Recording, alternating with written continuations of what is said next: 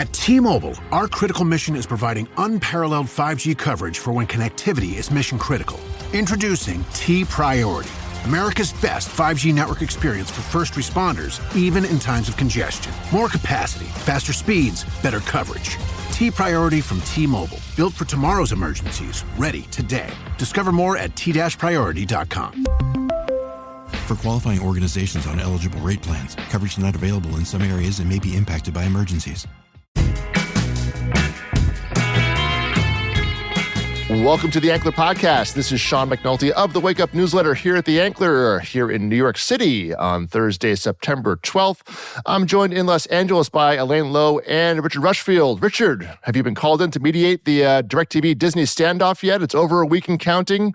Clearly, they need a professional to come in and settle this matter. Have you been called in yet? Yeah, I mean, they asked me to come by. Every time I look into it, they keep throwing all these numbers at me and everything, and I say, "There's your problem." Let me know how I see Battlestar Galactica reruns, and don't bore me with the details. Is what I'm trying to figure out, and these guys need to straighten that out.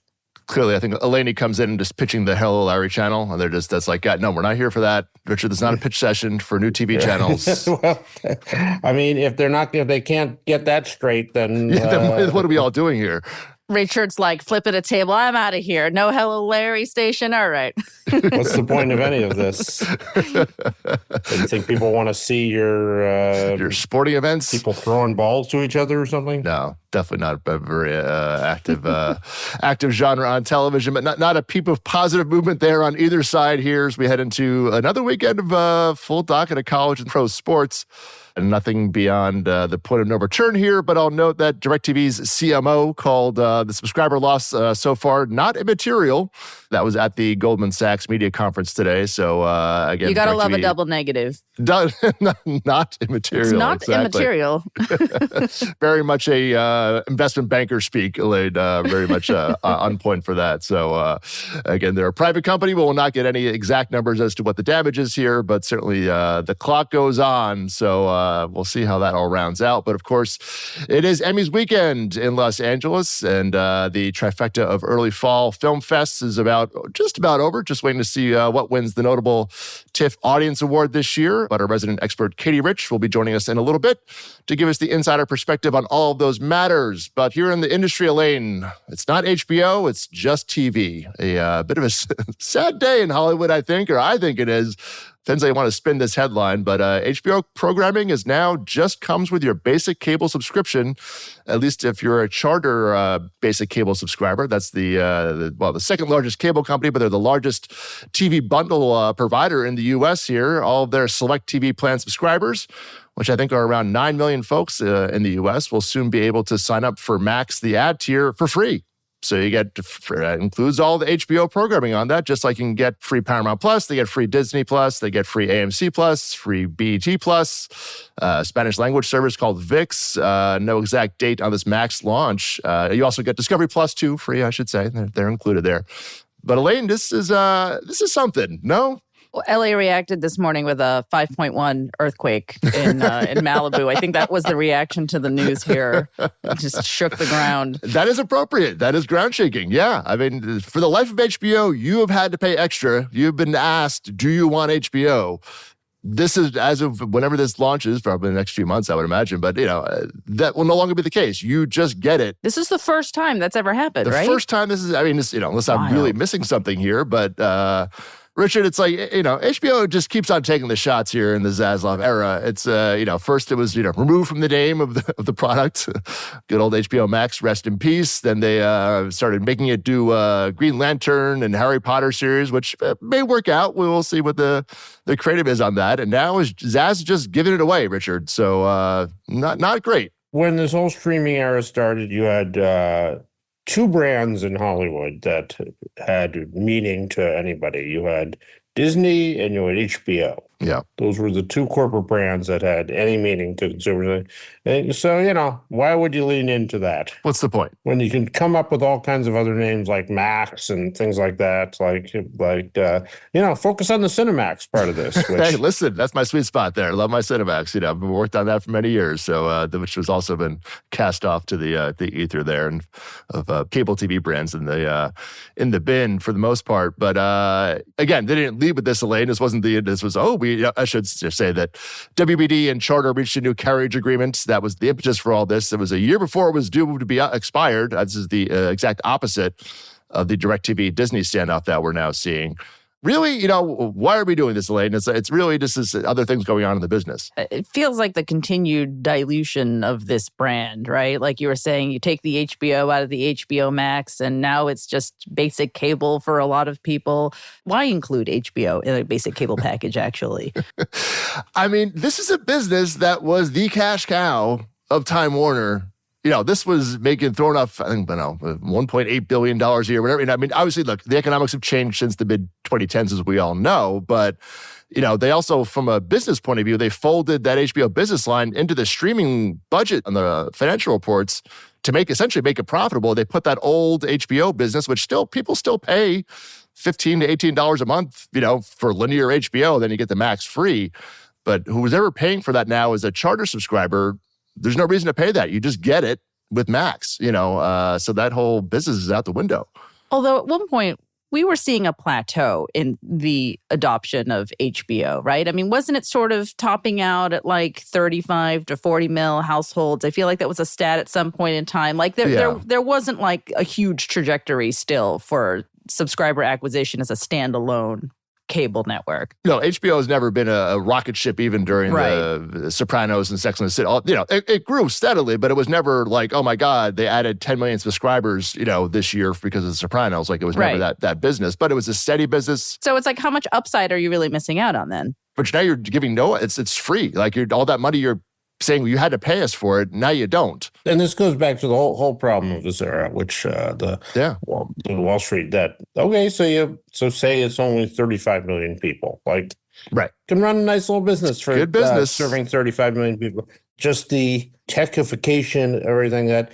If your growth is less than everybody on the planet giving you all their money every day, then you're just I guess what they call a lifestyle business, which means you're doing it as a hobby, essentially. Right. Yeah. No, this was a real business. This is people paying you $15 a month in an era where that was unprecedented. No one else could build that business. I mean, Showtime tried, Starz tried. This is not an easy feat. And it was a lot of money. Richard said it was the envy of the industry. Everybody would have killed to own HBO at any point in the past 30 years of this business. And now it just keeps taking, and it still means a lot. It's still, Casey's done a great job keeping the prestige part of it and the quality part of it intact. It's just from a business model point of view, it's just a very curious move. And so Zaslav was also at this Goldman Sachs conference, which I'll dive into some, it's quite a few quotes going on today from that stage. But, he did say that they maintained that TNT price, because the NBA is really what's driving this, Elaine, is that, they wanted to keep that $3 a month they get for every TNT subscriber they have from Charter, which he says they didn't say $3, but he said they maintained the price on TNT. So essentially he's saying, all right, without they're essentially losing the NBA next year unless a miracle court judgment comes down. But so is the idea to toss in HBO to make up for the loss of TNT? He isn't saying that, but I'm reading between the lines on this, and it's like that would make more sense. That is what's really driving this. So he's using HBO now as a tactic to maintain the TNT business, essentially, which is that's where the business is at. And it's like you're trading HBO, the Tiffany brand, as you say, Richard, of the era for TNT. So anyway, I think somewhere Jeff Bewkes has a broken iPhone screen from throwing his phone somewhere this morning reading that. But I will tell you guys, Zaz was on fire at this Goldman conference. Yeah, what are the other choice quotes from today? I still have to look at the transcript. There's a few more than there. The Friday edition of the Wake Up will have a bunch of these. But again, came out proudly touted, quote, "We are the beating heart of basic cable in America. This is a business that has lost 4 million subscribers in the past 6 months," and coming out and just like touting that as that was, he said we have up to from anywhere from 30 to 50% of cable bundle viewing on a given night, or WBD networks. And again, it's just like the same business that took a $9 billion write down. the same business. That business? That didn't come up, Elaine. Oddly enough, that was not a question that was brought up by the Goldman Sachs grilling that he got on the stage there. He wasn't even saying cable TV, by the way. He called it our traditional business. We have three businesses. We have a studios business, we have a streaming business, and we have a traditional business. How's that for rebranding, Richard? There's always money in the banana stand. The money in the banana stand. Exactly right.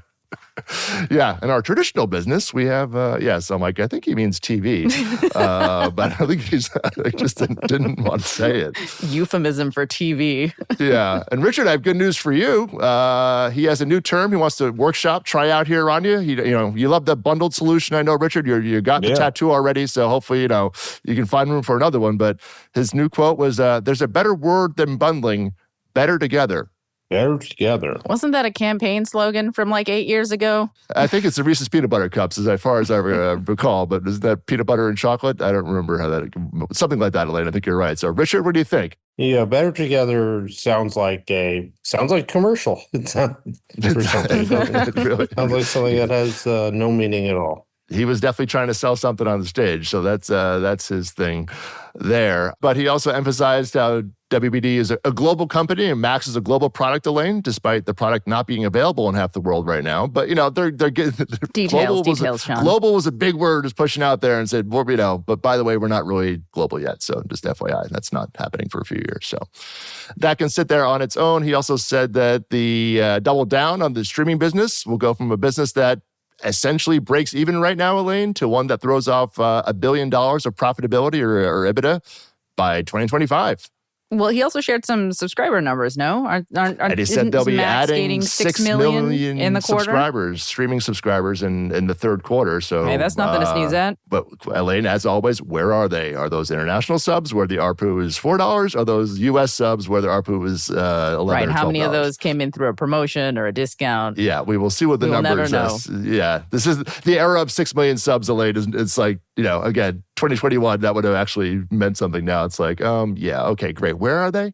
And then in good news for Hollywood, I guess he said the studios division, this is, the movie and TV production essentially, would go from $1.8 billion of profitability to $3 billion. No exact timeline there, but that's all TV and movie spending and essentially profits from that. Of course, you have the relaunch of DC coming next year and under James Gunn, probably factored there a little bit. So a positive sign. He was very big he kept touting the Tom Cruise deal and the work with Leonardo DiCaprio and all that stuff. So all in on content. All right. So optimistic outlook. All right. No pressure, James and Peter. Yeah, no pressure, guys. Don't worry about it.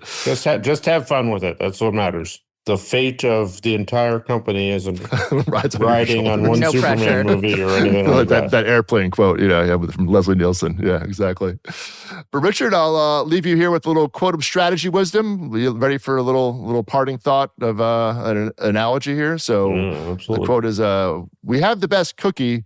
We need to get it on the shelves. A lot of cookie analogies now, going on today, Now, is the cookie guys. the program or is the cookie the streamer? I think the cookie was like Harry Potter and Lord of the Rings, I think, and okay. like all the programming coming down the pipeline. That's the cookie. Yeah, we have to get it on the shelves. Max is the shelf. Okay. It's a brief quote I pulled. I'm going to go back. I'll get a little more of the context for the wake up. Well, store-bought cookies are all bad, first of all.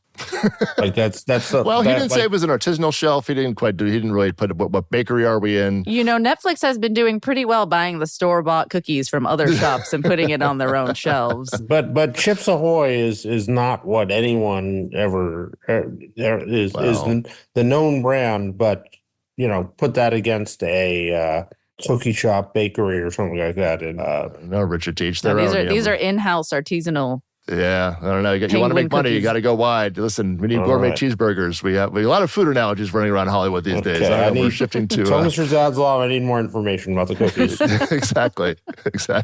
And I don't care for nuts in a chocolate chip cookie. No. Well, Lord, no. But we have Chick-fil-A streaming services, gourmet cheeseburgers, and cookies on shelves. So whatever you need, we have your analogy for you. But it is investor conference season, I guess, here in September. We've had a few things going on on. Richard, you noted a few things in your column, broadening out here from the WBD stuff. So what quotes kind of caught your eye this week about what to expect here in Hollywood, I think, in the next couple of years, maybe? Well, so if you're wondering, like, do you think these people are really going to merge, or there's really going to be consolidation? Haven't they been saying that forever? There's a lot of people out there saying that the consolidation day is, after years of warning that it's coming, is right at hand. Tony Vinciquerra, head of Sony there, Sony's CEO, was at a conference. And by the way, I make the point, like, are we worried that this country is running out of space to host conferences in? Oh, if you want to have a conference in the first 2 weeks of September, forget about it. No, you gotta go elsewhere, buddy. If you've got a house that has a backyard, you can put a tent over. I hear there are sound stages available. Maybe that could be an alternate use for sound stages. That'd be a great analogy to have these conferences at, by the way. That'd be, got to be a critical shortage in conference space. I mean, I think we're at like 2 conferences per capita for every American at this point. Something along those lines, yeah. So check that number. But anyway, so what's Tony saying here, Richard? Tony Square said, Hollywood is in for chaos over the next 2 years. Versus the last 5? Yeah, it's always very positive to hear. From the CEO of one of the major studios. Of a major studio? Like, exactly. we're in for chaos. All right. He predicted the industry is in for a wave of mergers, bankruptcies, sales, and all kinds of fun things, and that only the biggest companies will survive. All right. Wow. And gave us a timeline, next 2 years. 2 years. You got a 2-year timeline. All right. Then Lachlan Murdoch stepped first at a conference to say we've used our money smartly, invested in Tubi and those stuff, and then ended. But we'll also use our balance sheet increasingly, I think, for M&A as we go forward. Making deals. All right. I will clarify, Lachlan also said, but it won't be in entertainment. So that was the other quote he had during that too. So don't get your hopes up about that too much, Hollywood. He'll be buying something else. But yeah. Maybe he can still be persuaded. Maybe he'll get a turnaround on that. All right. And then at another conference, I'm not sure which one this was, but a conference somewhere, Ari Emanuel spelled it all out for us. He said, I think you're in a situation where you have Paramount, Warner, Disney, and Comcast. There's other players. I think there's going to be 5 or 6 remaining streamers or content providers. Netflix, Amazon. We're all going to see what happens with Apple and YouTube. And then we'll probably have 2 remaining over the next 5 years from that group. And for some people that supply them, whether they be actors, writers, directors, non-scripted sports. That's a very good, healthy ecosystem that will have big and deep pockets, but it will take, again, approximately 2 or 3 years to play out. 2 or 3 years. Okay. By my calendar, right. So say the election is a starting gun. Okay. So if it's going to end in 2 or 3 years, the review process generally takes like a year or a year and a half here. That would mean the next 6 months. 2025 would be the active time period. Yeah, Richard, that would be true. Yeah. Well, I mean, look, Paramount's certainly changing hands as we speak, and that won't be until, again, the first half of next year. But, look, I would concur about that. I mean, I think 2 years is going to be, there's still more to do here. And, the WBD stock price, it's probably checked where it is today. But that's the big question mark. Zaz keeps saying we're a global company and he wants to emphasize that. But I don't think a lot of people might agree with him on that at this point in terms of their business model. But it's a big question mark. WBD is up 9% on that news today. So look, up to $7.28, everybody. So we're going places. Yeah, exactly. That's with a 10% bump this morning. So that just screams of opportunity, Elaine. Vinciquerra's remarks with chaos and this very specific timeline, it sounds startling at first, but it really isn't that far out of line of what most people are saying, right? Like consolidations in the future. Things are going to get smaller. We can't have as many shows. We can't have as many players. It needs to be a smaller but healthier economy. That's kind of what the drumbeat has been this year. I mean, isn't that what you guys have been hearing? I say, consumers don't want to have 7 streaming services. It's just like, that's the other part of this equation is the feedback you get from the audience. It's just like, all right, we don't, and essentially go back to that charter thing, Elaine, they're rebuilding Hulu. Like that's essentially what they've done unfortunately, you have to go to 5 or 6 different services like original to watch. Hulu? Like OG Hulu, which was supposed to be which I loved. Which everybody was like, oh, right, great. We put it all in one place before streaming, was anything. It was essentially, the original idea was to have everybody who's in the bundle, the tech streamers can fend for themselves, and you have access to stream the content that you're already paying for next day on viewing linear television. Next day viewings you have. And now they have the only thing they don't have is Peacock. Outside of that, they have every studio. Once this Max deal happens, and it's like, oh, okay, we've rebundled everything. It's just that now nobody wants the product anymore, unfortunately. And they're still losing, as I said, 4 million subscribers in 6 months. So that's where it's at. But I will also note, Elaine, your favorite topic is what's on the back end of that timeline, guys, is the old guild negotiations will be coming up right around the end of that period. So who's ever in the AMPTP at that point will be negotiating new deals come mid-2026. So guild negotiations. We were just there.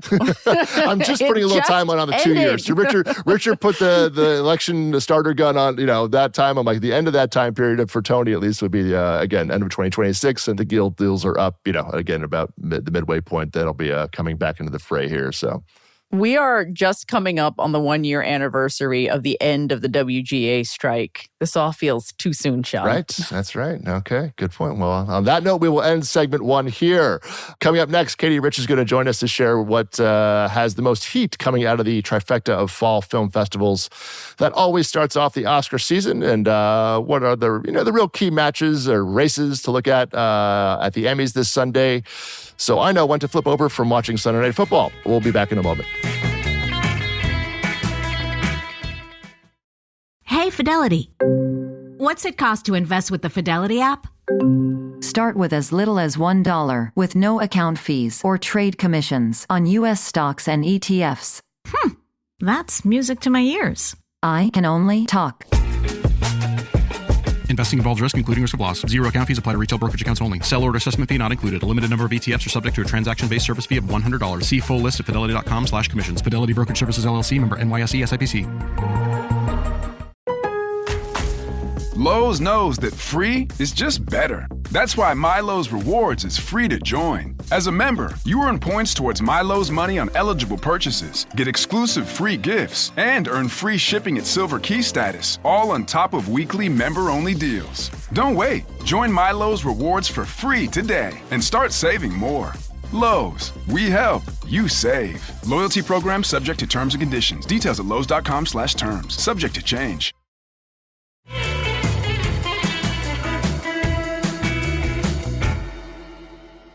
Okay, we're now joined by Katie Rich, who has a new BFF in Hugh Grant. That was a fun chat you had up there at TIFF, Katie. Oh, yeah. It was really delightful. And I wrote this in the newsletter, but Toronto audiences are famous for being very effusive and friendly. And I've watched it happen in movies, but I'd never been the receiving end of it. They were so nice. So thank you to anyone who's listening who came out. Yeah. And Cloud Atlas played a much bigger role in his career than I had previously understood. It had come up in the green room ahead of time where he was saying that was the only previous time he'd been in Toronto. And luckily, Joe Reed, who is my guest on the beginning of the show, and I were just very genuinely say we loved it. So maybe that helped get things off on a good foot. Yeah, but that was quite a turnaround role there. So that played a big role in turning around his career, not bringing back his career or whatever you want to call it at some point from the rom-com nadir that it hit at some point. Yeah, I'm hoping maybe some of the studio execs who stopped calling him when he was in a flop in the late 2000s, who he did not name during our chat, but said that had happened. Maybe some of them have gotten back in touch to apologize since then. Yeah, it was a really great conversation. You can check that out over in Katie's Prestige Junkie podcast, of course.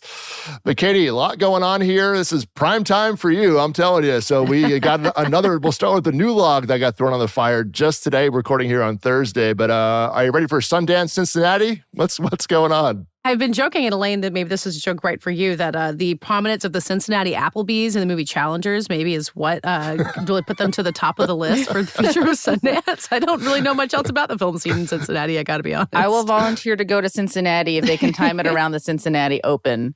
So I can go and hang out at that Applebee's, which, by the way, I'm wearing my Challenger shirt today. Hey, there we go. Getting in the spirit of it. Well, I said it's funny. If it's still in January, I can, if the Bengals are playing in the playoffs, I'm like, oh, that may be more interesting for me to go out for the. And there will be no hotel rooms to be found, and they'll have all the same problems they do in Park City. So exactly. This is not going to serve anybody.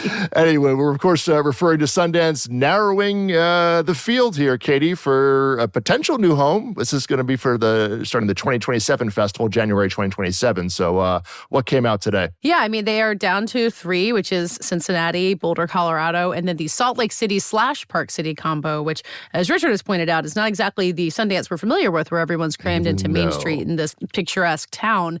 But this has been discussed before, but Sundance is one of the few major festivals where almost everyone I know who covers festivals is like, oh God, please don't make me have to go to Utah in January and get the flu and never be able to get anything else done. But that's the fun of it. That's the whole point. Unless you're Richard Brushfield, ladies and gentlemen. Is the camaraderie of... People love the Rockies in Telluride when it's August and it's, highs in the low 70s. Altitude, but then you come back in January and see how you do. It's endurance journalism. It's a real test of what critics are made of. Yeah.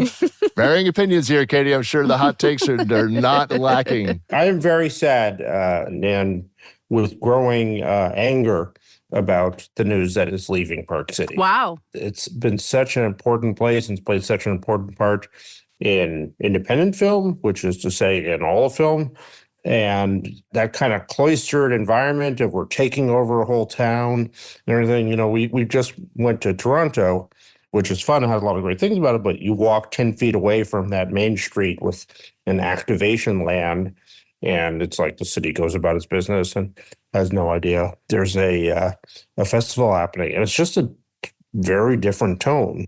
I have been to Boulder, Colorado once, so I'm no expert on it, but it does feel like as a college town that is very close to a very large airport in Denver, it won't as likely be snowbound because it's not as high up in the mountains. It is conducive to that kind of village aspect to it. And also, if Park City felt invested in keeping that in it, wouldn't they be fighting harder to keep the festival? Like, it feels like the logistical headaches of Sundance for at least the past decade have really outweighed the value that you're talking about. Yeah, I'm not sure whose fault it is here, because the situation with Park City had definitely become hard to manage, so something had to give. But I guess I'm angry that it got to that point and that it couldn't have been salvaged before it. You speak like someone who never got trapped on a shuttle bus that was trying to get around traffic. My greatest memories are spending 6 hours on a shuttle bus trying to get to Eccles and missing 2 movies while I'm on there. It's that was the fun of Sundance. I got sick every single time.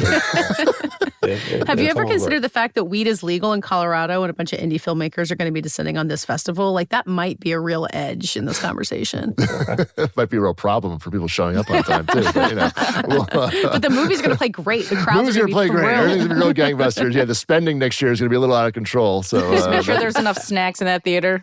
Yeah. You know what? Know what I'm hearing? Cincinnati sounds a lot better all of a sudden, guys, out of those 3 options. Just saying. Convenient airports, Travis Kelce may show up. It could be quite a boondoggle. So anyway, so they're going to decide after this year's fest. Katie, is that it? I believe that's what they said. Yeah. So it'll be in Park City and Salt Lake City for next year, 25, and then 26, and then starting in 2027, it will be somewhere else. I guess one of we'll those find 3 out. options there. Yeah. So more to come, probably the end of January-ish. But let's pivot around here to this year's festivals. The triumvirate of Venice, Telluride, and TIFF TIFF's almost wrapping up. We still have to wait for the prestigious Audience Award still to come here, which is usually a pretty good arbiter of the at least Best Picture nominee race for the Oscars. But Katie, what's you're coming out of the haze here a little bit. It feels like probably at this point.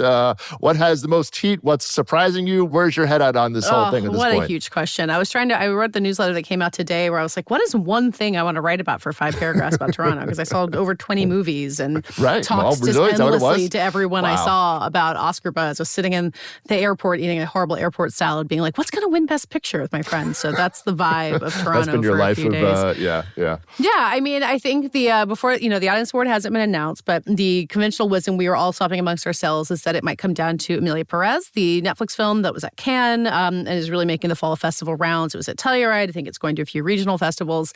And The Wild Robot, the DreamWorks animation film that Richard and I sat together at the premiere of that on Sunday with a delighted crowd and children and I mean, Richard, we might be able to get into the snacks at the party afterwards. Like that was a key aspect Universal of does it well. Universal does the it well. success. But they're screening a lot. I mean, the audience award is literally just people going onto a website and voting. So, the more people who get to see it, the more likely it is to win something like that. But then as soon as those two had premiered and we thought that was it, Jason Reitman's Saturday Night played really great. Conclave, How Did We Select a Pope drama, played fantastic when I saw it. I mean, again, these Toronto crowds really go nuts for the stuff that they love. So there's just a lot of movies that played there that maybe if you watched it at home, like Baby Girl, the Nicole Kidman erotic drama, you might not think you'd get a lot of reaction. But when you see it with a crowd that's kind of like oohing and eyeing and laughing in all the right spots, you kind of feel like it's an exciting fall ahead.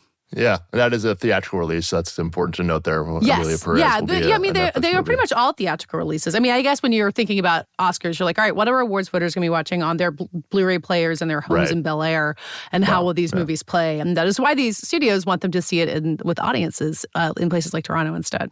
Yeah. The Wild Robot was one, and they just dropped another trailer this past week, within the past week, which is great.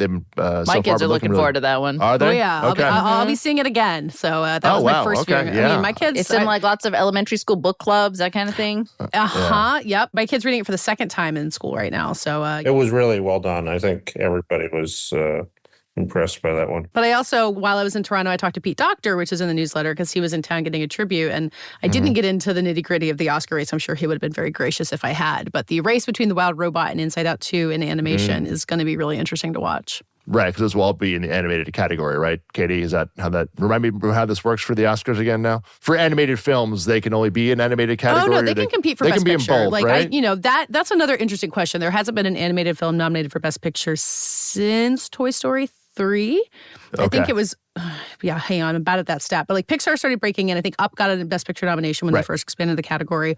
And then Toy Story 3. And then after that, we're done. Yeah, We're not doing this now. anymore. And it's been an open question of if something else will break in. I'm not sure Inside Out 2 as a sequel would be the one to do it, but maybe The Wild Robot would. That's one of the many questions going into the season. Yeah, that's coming out September 27th, I believe. So it'd be nice surprise at the box office if we can get that, get the heat going there and have a nice big DreamWorks animated movie we haven't really seen. The secret was that their Puss in Boots sequel, The Last Wish, was great. So really beautifully animated and well done. So they've been, they had their Shrek era. They've certainly made their share of not the best looking animated movies you've ever seen, but they've been on a good run lately. Yeah, the creative's there. So, all right. Well, New York Film Festival's kicking off. We got a few week break now, Katie. What do you... Yeah, New York Film Festival will be at the end of September. There's a few films that weren't in Toronto that will be there, like Nickel Boys, which played at Telluride, and that is from Amazon MGM. I believe Steve McQueen's Blitz is going to be there. That's one I've really got my eye on. And then a lot of titles that played well in New York or played well in Toronto that I think will play well there, like Mike Leigh's film Hard Truths premiered in Toronto. Yeah, you like that, right? That was...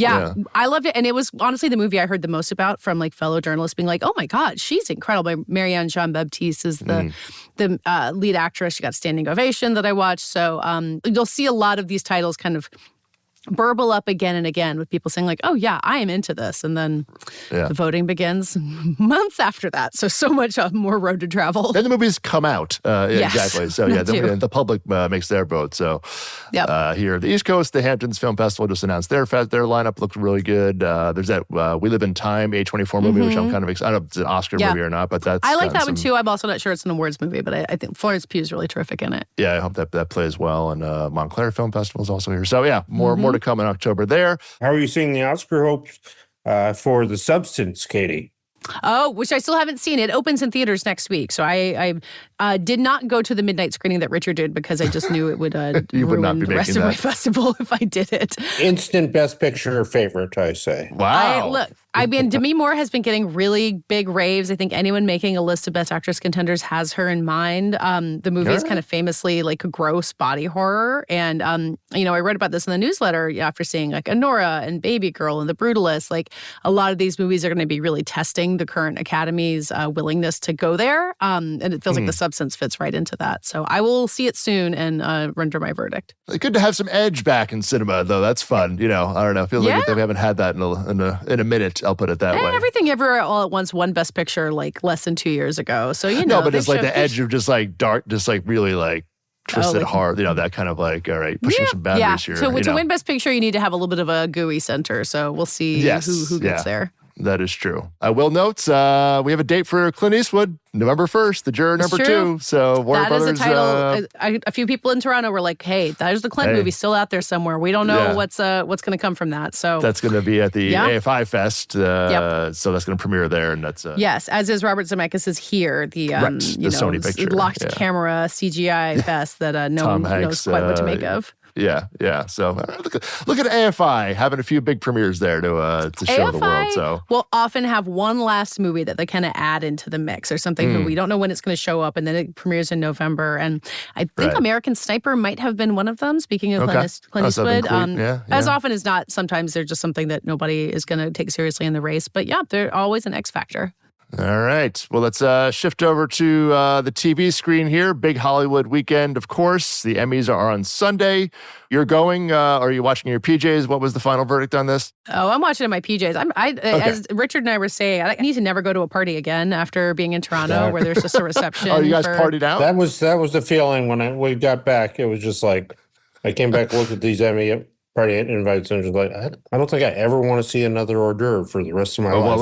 Richard, don't say something you can't take back, Richard. Don't say you can't take that back. That's like renouncing my religion. Exactly. Richard has finally found his limit. All right. Well, good. Then I feel better about watching on my couch this weekend. So, Katie, let's just say, someone may be flipping back and forth between the Sunday Night Football game and the Emmys. I'm, of course, asking on Richard's behalf here. What are the key things that are on your radar here, the top things to be looking for in the show this weekend, do you think? I mean, it really feels like a broken record because all summer we were writing about the nominations, about how FX really had this banner day with both Shogun and The Bear taking over. And I think we're going to continue to see both of those shows win a ton of Emmys. They both did really, really well at the Creative Arts Emmys last weekend, winning all kinds of crafts awards, which of course you would imagine for Shogun, which is like the most, sterling crafts anywhere out there. So there's possibilities for, Gene Smart to win for Hacks instead of Io Debris. Like there's things that will go in there, but I think you're just going to hear both of those shows' names a lot. And then Baby Reindeer, maybe a few fewer in limited series, but a lot of times for that too. We're going to bid Richard adieu. He has to go see a man about not an hors d'oeuvre. I'm sure if no hors d'oeuvres involved. A real meal with vegetables A real meal and with real people. Something so, not Richard, immaterial. not an immaterial lunch that we'll be having. So, Richard, we will say goodbye and see you next week. I'll eat some for you. Take care. Thank you, Richard. All right. Bringing in Matthew Frank here. Matthew, good to see you. Hi, Sean. Good to see you. Matthew had a great read this week on how folks are making some nice money out there by betting on things, mostly in the movie business, like Rotten Tomato scores. So, Matthew, what money am I missing out on here online? In was it Panamanian VPN networks or something? What's going on here? Yeah, if you're trying to bet on the box office, you have to use a VPN, you have to use Bitcoin. It's quite an ordeal. Right. To bet on tomato scores and release dates of movies, it's surprisingly easy. It's kind of crazy. You can bet on like any part of Hollywood right now, whether that's awards, which we've been able to bet on for some time, release dates of certain movies, and Rotten Tomato scores. So, so I looked into like how much interest there was comparably to sports betting, and the answer is it's not quite as much, but it's still pretty sizable. Yeah, the sports books don't have much, but on prediction markets, which I won't go too in depth on, but it's like a head-to-head stock market kind of. It's Rotten Tomatoes markets on them take in roughly 200 to 400,000 a movie. Box office markets, take in upwards of $1 million on certain movies. Okay. It's interesting, is Hollywood ready for the gamification of its own business? People will. Somebody make like $3,000 on one of these. It's not nothing, right? That you can make about the money on this, right? Yeah, I talked to one guy who made $11,000 betting on IF's Rotten Tomato score. Wow. What? There you go. Wait, what did somebody was glad that movie panned out for them. He had the under. So was that person John Krasinski? Because that would not be very fair. No, fortunately not. He probably lost a bit if he was taking the overs, sadly. Right, that's right. It was the under came in on that. Yeah, exactly. So yeah, not bad. You have the details of all the sites and all the places to go to place these things and how it all works in this piece at theankler.com. But I wanted to have you on here to what's percolating in the ether here for the fall, and maybe put some ideas in Katie's mind to make a few extra bucks here for her prognosticating. So I don't know how to do any of those things you said that you Matthew, have to make bets. Matthew will walk you through. It's all good. Our is it Gen Z insider correspondents. trading if I write about the Oscars and bet on the Oscars? Like, It's am I not going to go to right, jail? Matthew. This is not insider trading, right? Totally okay. You got to fire up a Bitcoin account, Katie. Exactly. Yeah. Trying to get paid in Bitcoin. So, all right. What are the hot markets you're looking at here, Matthew? What are we looking at for for fall stuff? Yeah, so there are a couple interesting ones. So looking at the Rotten Tomato scores, Megalopolis is one of the ones that's being heavily traded on. So right now you can get at about even money, above 50 or under 50 on Rotten Tomatoes. That feels about right. I've not seen that one yet. It did play in Toronto. But yeah, people are all over the place on that one.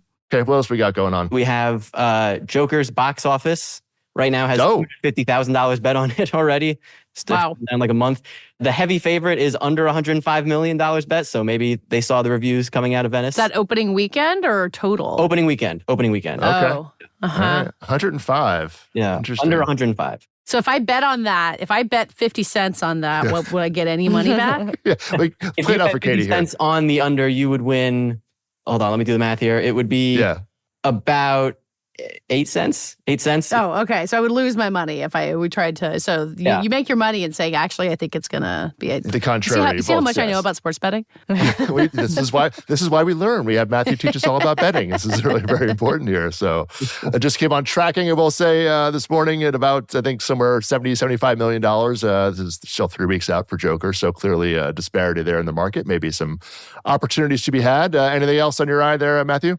You can also bet on the next James Bond actor. So that's a very popular. Oh, wow. All right. Yeah. I don't know about that. Yeah, you can bet on Aaron Taylor Johnson. That already has $40,000 bet on it. Henry Cavill, 25. Wow. James Norton, 17,000. So, Wow. Wow. Okay. I don't know half the names on this list, but a host of options.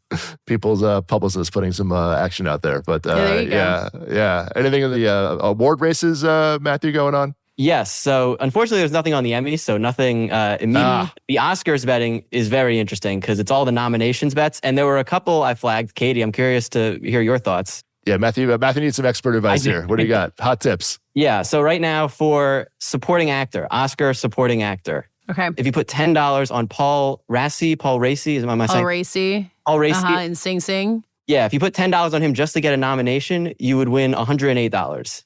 Wow. Ooh, that's a good odds. What do you think? I would not take that one only because Clarence Macklin is a supporting actor in that movie who's getting the most push. But Paul Raci has surprised us before by getting a supporting actor nomination. So I don't know. It might not be the worst bet. $10, not bad. Okay. Best actress, Lady Gaga, 10 to win 78. I would not bet on that. No, really? That is not a bet I would take. Yeah, my understanding right. is she is in Joker 2 far less than you would expect. All right. Interesting. Okay. And then you guys were talking about We Live in Time earlier, the Oscar odds for 10 to win 49. For a Best Picture nomination? For Best Picture nomination, yes. Oh, I mean, if you want to take a wild gamble, who knows? The Best Picture race is looking wide open. Okay. And then for the same odds, queer. Oh, I would take a queer bet more than I would take a We Live in Time bet, even though I don't think either of them is going to happen. Okay. All right, fair enough. If you make money on this, I will take a percentage. I was going to say, there are people taking frantic notes right now from you, Katie. I think we have a new segment of the podcast, everybody. Just FYI, Katie will be back every week. Yeah, I'm not making any of these bets. So everyone's making money off of this. I got to figure out a way to get in on it. Got to learn Bitcoin. Wait, Matthew, did you say release dates? You can place bets on that, but isn't that something that circulates internally? Like a lot of people, that's like confidential information, people know right? that information. Yeah. That's the thing. It's kind of weird. There's no, stipulations really in the HR policies. There's no, there's nothing on the sites that says you can't, if you work at a studio, you can't bet on these things. So yeah, so if you know when the next, I think the big one was when the next Spider-Verse movie comes out, you could make a pretty sizable amount of money. So it wouldn't be illegal if you're somebody's assistant or coordinator or an exec who works on that and happens to know that information for sure. It would not be illegal to make that bet. There's nothing in writing that I could find that. I feel like now that we're saying this, someone's going to be like, wait a second, we got to close this loophole. And now the DOJ is going to get on the case. That's what his whole piece was essentially, getting into about this. So then, if you work on Spider-Verse, Godspeed. Tony Vincicara, if you're listening out there, there's $10 with your name on it if you want to get in on the action. So by all means, Tony V going to do very well there on the site. But anyway, really interesting read. You can check that out over at theankler.com. This week at the box office, still really about Beetlejuice, of course, although Universal has a new thriller pick called See No Evil, which looks pretty creepy in the great way with a performance by James McAvoy. I'll, of course, wrap up all the results in my Sunday night edition of The Wake Up, which you can get as part of your Ankler subscription over at theankler.com. Just pop in the old email address. Also easy to reach us here at the podcast anytime at podcasts@theankler.com and follow on the socials at The Ankler on your platform of choice. Elaine and, of course, Richard before. Great to see you as always. Katie, nice to have you back again. I'm sure we'll be seeing you again for, if anything, just more betting predictions, but maybe some other or insights in the future. You're all just going to use me to get rich. I understand. That's it, pretty much. That's the idea. You've caught on to the Ankler motto, so very good. Matthew, thank you for joining us as well, making some time for us and sharing the insights. And a big thanks to all of you for listening. We'll see you next time.